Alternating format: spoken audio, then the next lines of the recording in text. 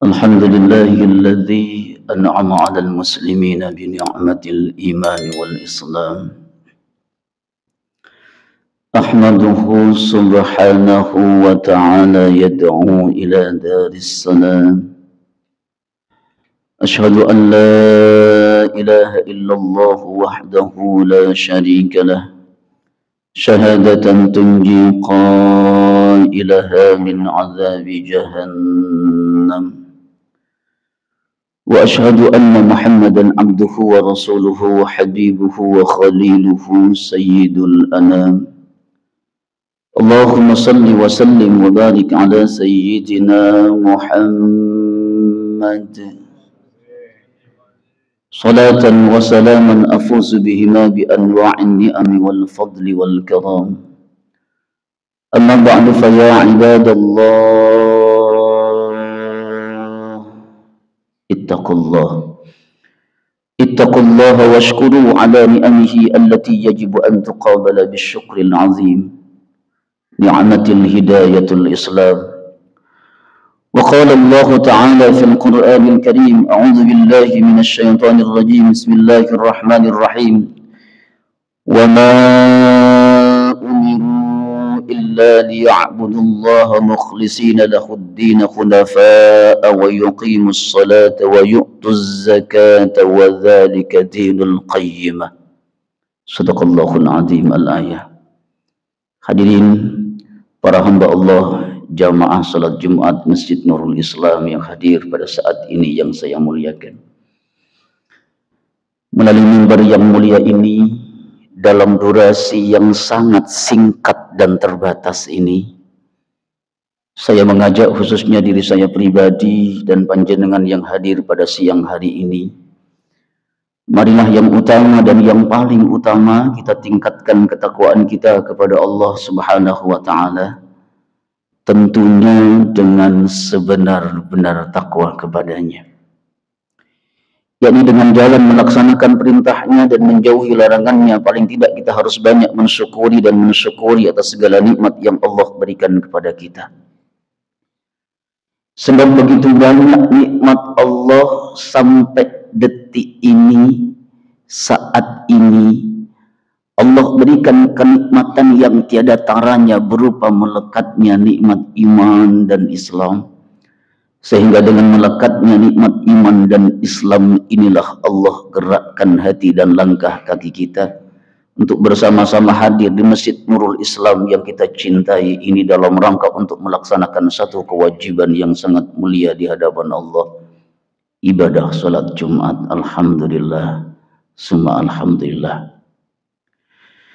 Para hamba Allah yang saya muliakan, tema sentral kita saat ini adalah ikhlas. Ikhlas ini namanya singkat, tapi maknanya sangat dalam. Ikhlas ini amalannya para nabi, amalannya para rasul, amalannya para wali-wali Allah, amalannya para kekasih Allah.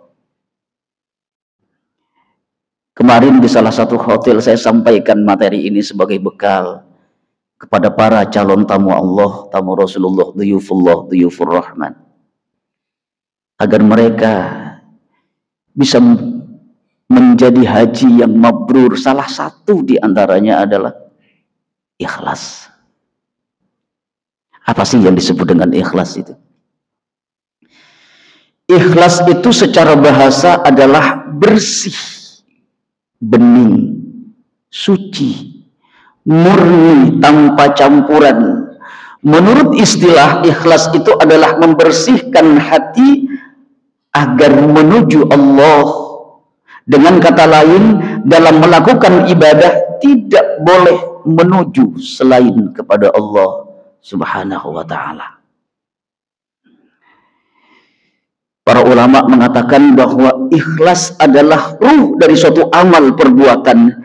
Jika amal kita tidak disertai dengan ikhlas, seperti jasad yang tidak memiliki ruh, Jadi ikhlas itu adalah ruhnya ibadah. Para hamba Allah yang saya muliakan, Imam An-Nawawi mengatakan tentang ikhlas.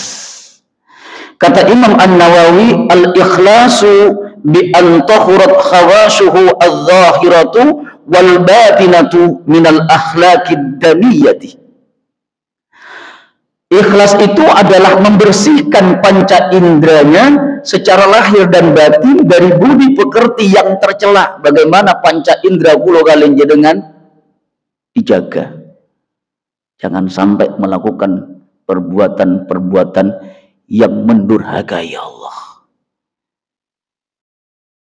Inilah kenapa dalam Quran surah Ali Imran itu ada satu ciri orang ikhlas, ulil albab. Bagaimana orang ikhlas itu bertindak, alladzina yadhkurunallaha qiyaman wa qu'udan wa 'ala junubihim wa yatafakkaruna fi khalqis samawati wal ardi rabbana ma khalaqta hadza batila subhanaka faqina 'adzaban nar. Orang ikhlas itu ketika duduk dia ingat Allah, ketika berdiri dia ingat Allah, ketika berbaring dia ingat Allah. Dalam segala apapun dia ingat Allah. Telinganya bermanfaat, penglihatannya bermanfaat, lisannya bermanfaat, bahkan hatinya bermanfaat. Para hamba Allah yang saya muliakan, Allah menjelaskan dalam Quran surah Al-Bayyinah ayat 5. Wa ma umiru illa liya'budullaha mukhlishina lahud-din hunafa'a wa yuqimus salata wa yu'tuz zakata wa dzalika dinul qayyimah. Padahal mereka disuruh kecuali supaya menyembah Allah dan memurnikan ketaatan kepadanya dalam menjalankan agama yang lurus, supaya mereka mendirikan salat dan menunaikan zakat, dan yang demikian itulah agama yang lurus. Quran surah Al-Bayyinah ayat 6. Quran surah Al-Bayyinah ayat 5. Para hamba Allah yang saya muliakan, seperti apa ciri-ciri orang yang ikhlas itu? Para ulama mengatakan, yang pertama, ciri orang yang ikhlas itu tidak suka dipuji. Murni. Ikhlas karena Allah. Sehingga bagi dia pujian itu adalah jebakan yang menyebabkan nanti hatinya menoleh. Senang terhadap pujian. Bagi dia pujian dan celaan itu lebih baik celaan. Hinaan itu lebih mulia daripada pujian. Kenapa? Karena ibadahnya hanya untuk Allah. Kalau dipuji, lama kelamaan akan lupa diri. Tapi kalau dihina, dia bisa introspeksi. Jadi kalau ada orang yang diprotes, lalu gondok, itu berarti ketara, gak ikhlas. Orang yang ikhlas itu tahan banting. Sebab yang dia cari hanyalah untuk Allah. Peduli amat orang itu mau suka atau tidak suka kepada dia. Tujuan ibadahnya hanya untuk Allah.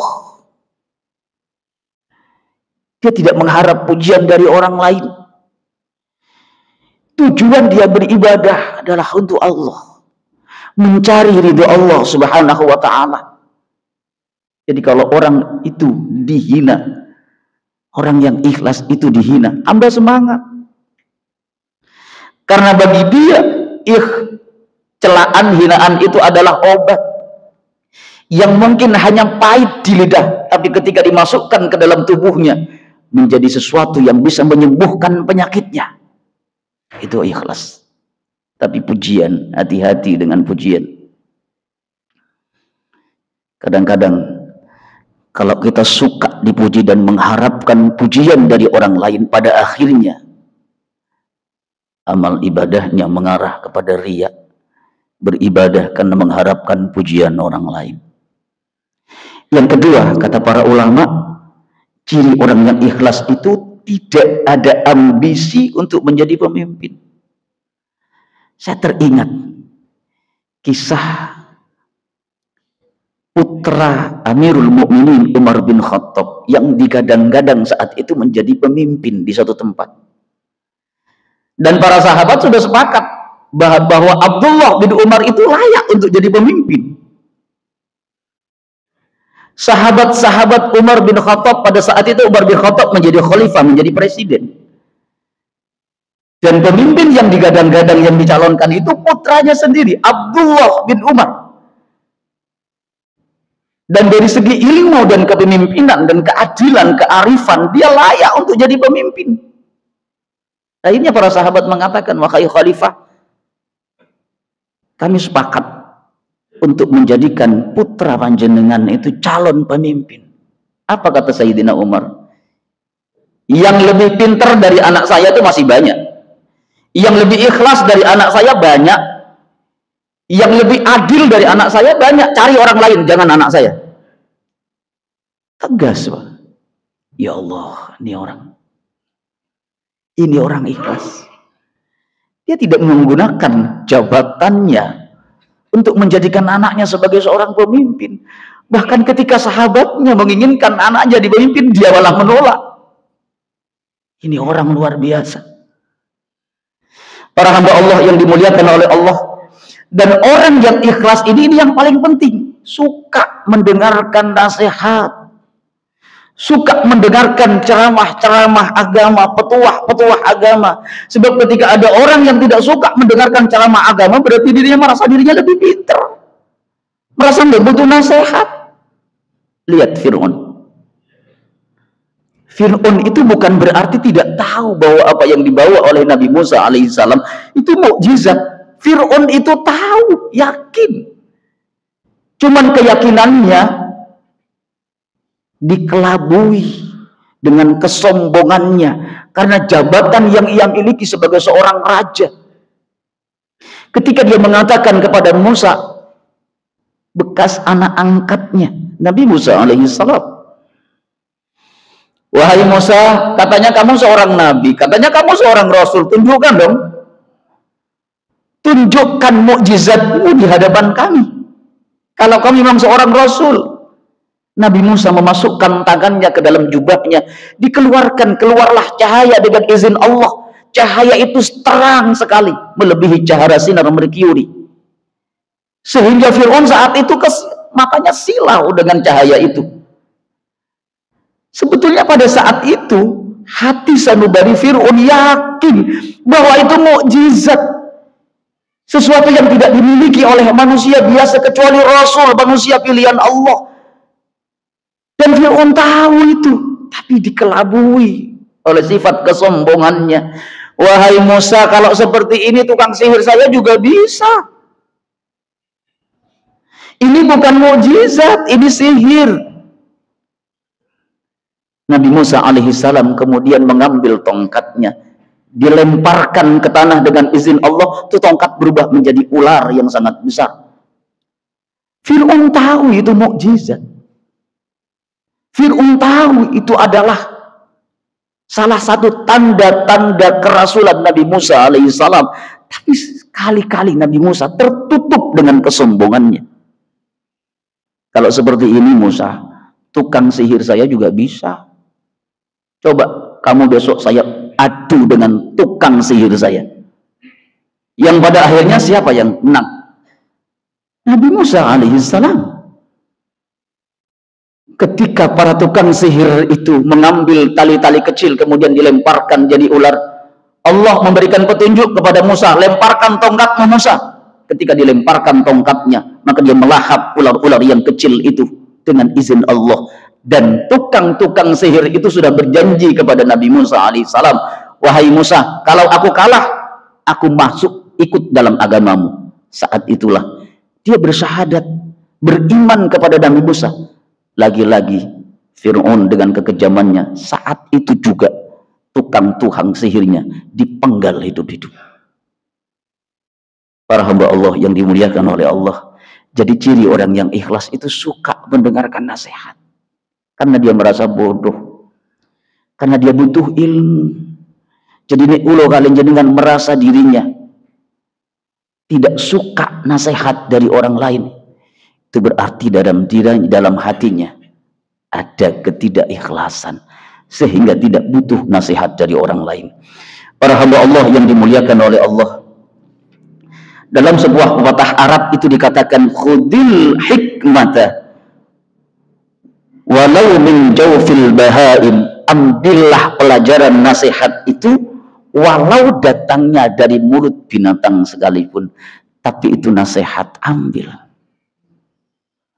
Para hamba Allah yang dimuliakan oleh Allah, yang paling akhir dari penyampaian saya, ada suatu kisah yang sangat menarik untuk kita teladani tentang keikhlasan ini. Ada seorang wali Allah yang sangat menjaga amal ibadahnya. Seorang ulama yang bernama Syekh Abdul Aziz Ad-Dabah. Syekh Abdul Aziz ini dikenal sebagai ulama dan tokoh sufi. Suatu ketika malaikat melihat namanya Syekh Abdul Aziz ini tercatat sebagai penghuni neraka. Jadi ketika dilihat di Lauhul Mahfuz, Syekh Abdul Aziz ini tertulis bahwa dia calon penghuni neraka. Kemudian malaikat ini memberitahu kepada Syekh Abdul Aziz, wahai Syekh Abdul Aziz, untuk apa engkau beribadah? Untuk apa engkau beribadah begitu khusyuknya? Aku lihat lembaran-lembaran namamu di Lauhul Mahfuz, kata malaikat itu, kamu calon penghuni neraka. Sekalipun kamu beribadah siang dan malam, suatu saat kamu juga bakalan masuk neraka. Mau ibadah seperti apapun kamu tetap pasti akan masuk neraka. Mengetahui namanya ahli neraka, Syekh Abdul Aziz tidak menghiraukannya. Ia mengatakan, wahai malaikat, surga dan neraka itu bukan urusan saya. Aku diciptakan hanya untuk beribadah. Mau masuk surga atau neraka itu hak Allah, bukan urusan saya. Yang penting saya ibadah. Malaikat kembali ke Lauhul Mahfuz dan nama wali Allah itu sudah diganti oleh Allah karena keikhlasannya, karena keistiqomahannya terus beribadah kepada Allah. Walaupun sudah dilaporkan oleh malaikat bahwa dia calon penghuni neraka, terus dia beribadah kepada Allah dengan istiqomah, karena tujuan dia adalah untuk mencari ridho Allah Subhanahu wa ta'ala, bukan mengejar surga atau bukan takut karena neraka, tapi dia mencari ridho Allah. Sehingga saat malaikat ini mencari lembaran namanya di Lauhul Mahfuz, ternyata namanya sudah diganti oleh Allah. Yang awalnya calon penghuni neraka dirubah menjadi calon penghuni surga. Lalu disampaikan lagi, wahai Abdul Aziz, aku sekarang melihat dari lembaran-lembaran namamu di Lauhul Mahfuz, ternyata engkau sekarang dicatat oleh Allah sebagai penghuni surga, calon penghuni surga. Namun Syekh Abdul Aziz tetap beribadah. Wahai malaikat, urusan surga dan neraka itu bukan urusan saya. Tugas saya hanya beribadah kepada Allah Subhanahu wa ta'ala. Apakah saya nanti dengan ibadah ini Allah masukkan ke dalam surga? Alhamdulillah.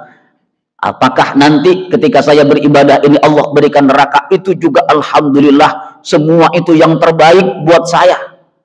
Sehingga pada akhirnya para jamaah, Syekh Abdul Aziz ini ditetapkan sebagai calon penghuni surga. Para hamba Allah, di akhir penyampaian saya, lihat Rabi'atul Adawiyah ketika beliau berteriak-teriak di pasar dengan membawa air dan membawa api. Dia berteriak di pasar. Tokoh sufiyah ini yang cintanya kepada Allah luar biasa, dia berteriak, aku ingin membakar surga, aku ingin menyiram neraka. Sehingga orang mengatakan ini orang-orang nggak waras ini. Tapi orang-orang yang arif melihat, wahai Rabi'ah, Untuk apa kamu ingin membakar surga? Untuk apa kamu ingin untuk apa kamu ingin menyiram neraka? Biar orang-orang yang beribadah, kata Rabi'atul Adawiyah, tendensinya bukan karena ingin masuk ke dalam surga. Bukan orang yang beribadah kepada Allah Subhanahu wa taala agar orang-orang yang beribadah kepada Allah Subhanahu wa taala bukan lagi dia ingin takut dimasukkan ke dalam neraka, tapi karena ingin mencari ridho Allah Subhanahu wa taala. Rabi'ah Al-Adawiyah pernah berdoa kepada Allah karena cintanya kepada Allah luar biasa. Duhai ya Allah, aku beribadah kepadamu bukan mengejar surgamu. Aku meninggalkan nerakamu bukan karena aku takut masuk nerakamu. Aku beribadah kepadamu, aku meninggalkan dosa-dosa bukan karena aku takut masuk ke dalam nerakamu. Duhai ya Allah, kalau aku beribadah kepadamu, kalau aku melaksanakan sholat 5 waktu karena aku ingin mengejar surgamu, tolong ya Allah, jangan kau masukkan aku ke dalam surgamu. Duhai ya Allah, kalau aku meninggalkan dosa-dosa karena aku takut dimasukkan ke dalam nerakamu, tolong masukkan aku ke dalam nerakamu ya Allah. Duhai ya Allah, aku lakukan itu semua ya Allah karena aku cinta kepadamu. Ini udah kelas cinta para jamaah, kelas ikhlas kepada Allah Subhanahu wa taala. Mudah-mudahan sekali lagi kita yang hadir di Masjid Nurul Islam ini diberikan kemantapan iman dan takwa oleh Allah, sehingga kita digolongkan oleh Allah menjadi orang yang ikhlas, menjadi orang yang nilai ibadahnya bukan karena mengejar surga, bukan karena takut neraka, tetapi karena mencari ridho Allah Subhanahu wa taala. Amin Allahumma amin. Bismillahirrahmanirrahim. Wal 'asri innal insana lafi khusrin illa alladhina amanu wa 'amilus solihati wa tawassaw bil haqq wa tawassaw bis sabr. Barakallahu li wa lakum fil Qur'anil 'azim wa nafa'ani wa iyyakum bima fihi minal ayati wadh-dhikril hakim wa taqabbala minni wa minkum tilawatahu innahu huwas sami'ul 'alim. Aqulu qawli hadha fa astaghfirullaha li wa lakum wa li sa'iril muslimina wal muslimat wal mu'minina wal mu'minat fastaghfiruhu innahu huwal ghafurur rahim. Allahumma salli wa sallim ala Sayyidina Muhammad wa ala ali Sayyidina Muhammad.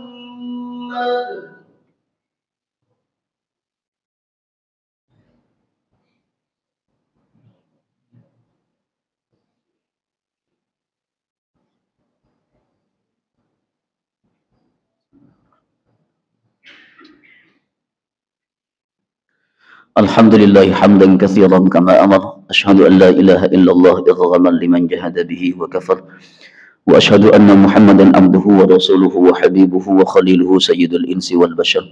Allahumma salli wa sallim wa barik ala sayyidina Muhammad wa ala alihi wa ashabihi wa sallim tasliman katsira. Amma ba'du fa ya ibadallah ittaqullaha haqqa tuqatih wa la tamutunna illa wa antum muslimun. Inna Allah wa malaikatahu yusalluna ala nabi ya ayyuhalladzina amanu sallu alaihi wa sallimu taslima. Allahumma ighfir lil muslimina wal muslimat wal mu'minina wal mu'minat al ahya'i minhum wal amwat innaka sami'un qaribun mujibud da'awat qadiyan hajat.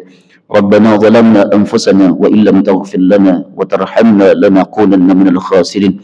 Allahumma arinal haqqa haqqan warzuqna ittiba'ah wa arinal batila batila warzuqna ijtinabah. Allahumma aslih lana dinana alladhi huwa ismatu amrina. Allahumma aslih lana dunyana alladhi fiha ma'ashuna waslih lana akhiratina allati fiha ma'aduna waj'alil hayata ziyadatan lana fi kulli khairin waj'alil mauta rahatan lana min kulli sharrin birahmatika ya arhamar rahimin.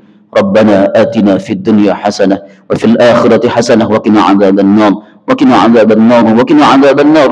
Ibadallah, inna allaha ya'muru bil 'adli wal ihsan wa ita'i dzil qurba wa yanha 'anil fahsya'i wal munkari wal baghi ya'idukum la'allakum tadhakkarun. Fadhkurullaha al-'azim yadhkurkum washkuruhu 'ala ni'amihi yazidkum was'alu min fadli yu'tikum wa la dzikrullahi akbar wallahu ya'lamu ma tasna'un.